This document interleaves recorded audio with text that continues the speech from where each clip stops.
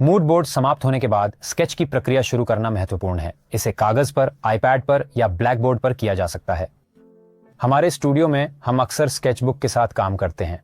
हमारे लिए कागज के साथ संबंध बहुत महत्वपूर्ण है क्योंकि यह हमें बहुत ही स्वतंत्र तरीके से स्केच करने की अनुमति देता है और साथ ही किसी भी विचार को एक पन्ने पर लिखने की भी। स्केच का चरण हमारे दृश्य संदर्भों को कुछ रोचक और हमारे अंतिम प्रोजेक्ट के लिए उपयोगी में बदलने के लिए बहुत महत्वपूर्ण है।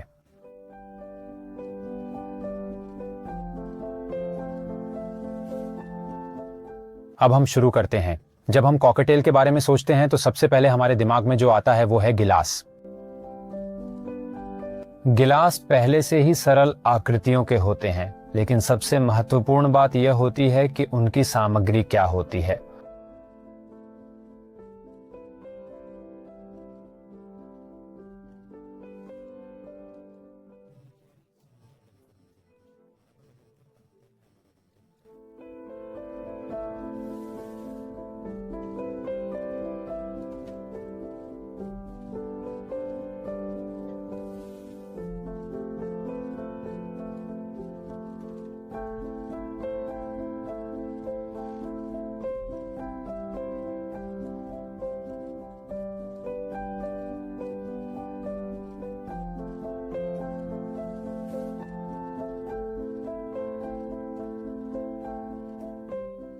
जैसा कि आप देख सकते हैं, दो कॉकटेल को आसानी से संक्षेप किया जा सकता है। त्रिभुज और रेखा मार्टिनी गिलास की कल्पना के लिए काफी हैं। काला वृत्त और रेखा जैतून की कल्पना के लिए पर्याप्त हैं।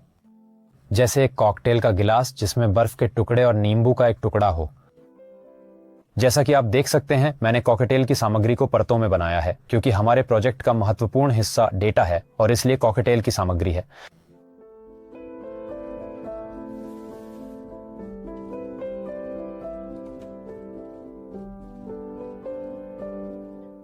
तो चलिए अब सामग्री के हिस्से पर ध्यान केंद्रित करते हैं।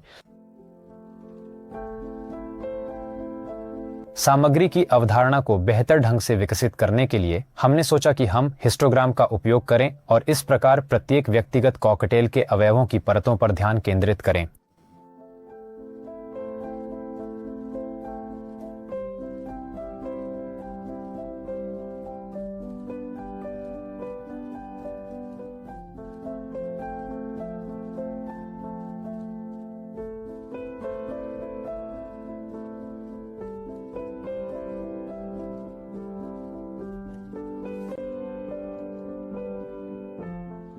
हम यह जानते हैं कि कॉकटेल विभिन्न प्रकार की सामग्रियों से निर्मित होते हैं, जैसे अल्कोहलिक बेस जैसे जिन या टकीला, लिकर जैसे कैंपारी या वर्माउथ, और इसके साथ ही सॉफ्ट ड्रिंक्स।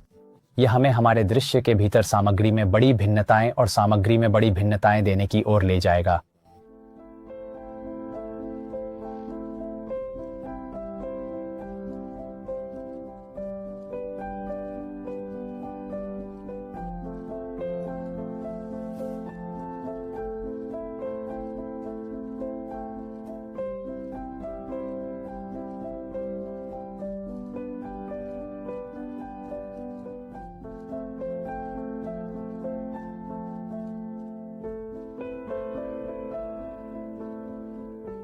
तो चलिए कल्पना करते हैं कि ये आकृतियां हमारे कॉकटेल के लिए सामग्री की भांति हैं।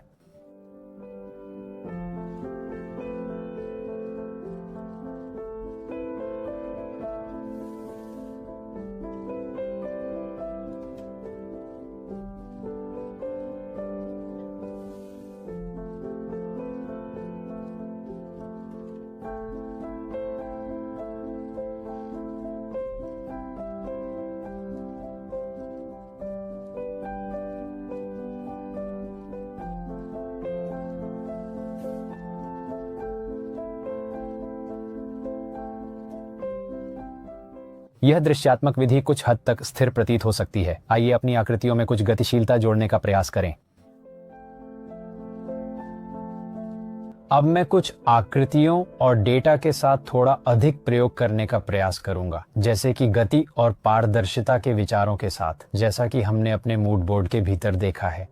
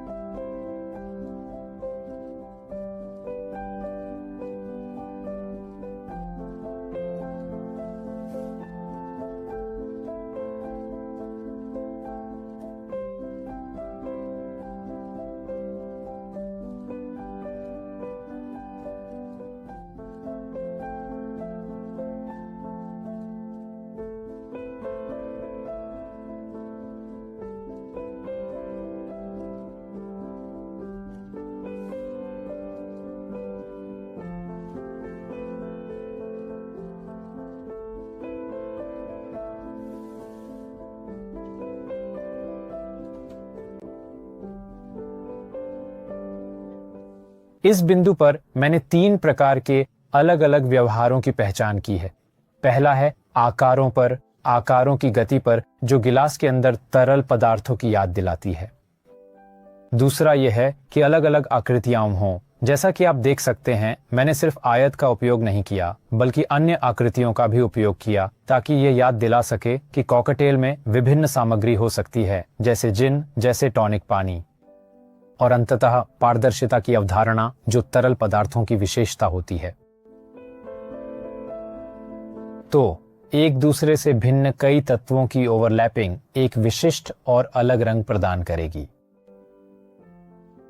कॉकटेल की सामग्री के अतिरिक्त हमें सजावट को भी नहीं भूलना चाहिए, इसलिए हमने अपने स्केच में कुछ अतिरिक्त तत्वों को जोड़ने का विचार किया है।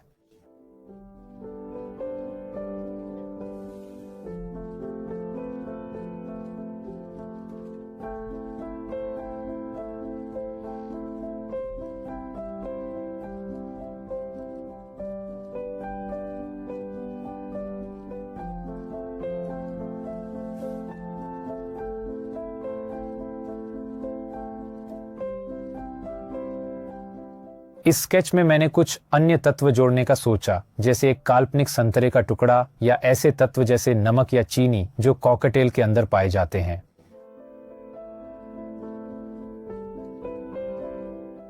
अब हम इस स्केच चरण में किए गए प्रक्रिया को फिर से देखते हैं।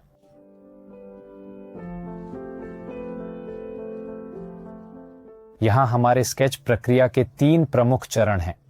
हमने गिलासों से शुरुआत की, जो कॉकटेल की अवधारणा को स्पष्ट रूप से दर्शाते हैं। फिर हम डेटा पर गए, जो अत्यंत महत्वपूर्ण हिस्सा है और हमारे कॉकटेल की सामग्री को दर्शाता है।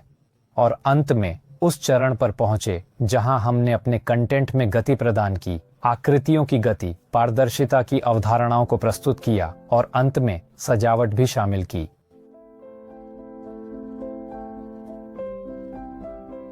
अब स्केच का चरण पूरा हो गया है। अगली कक्षा में हम स्टोरी बोर्ड पर जाएंगे।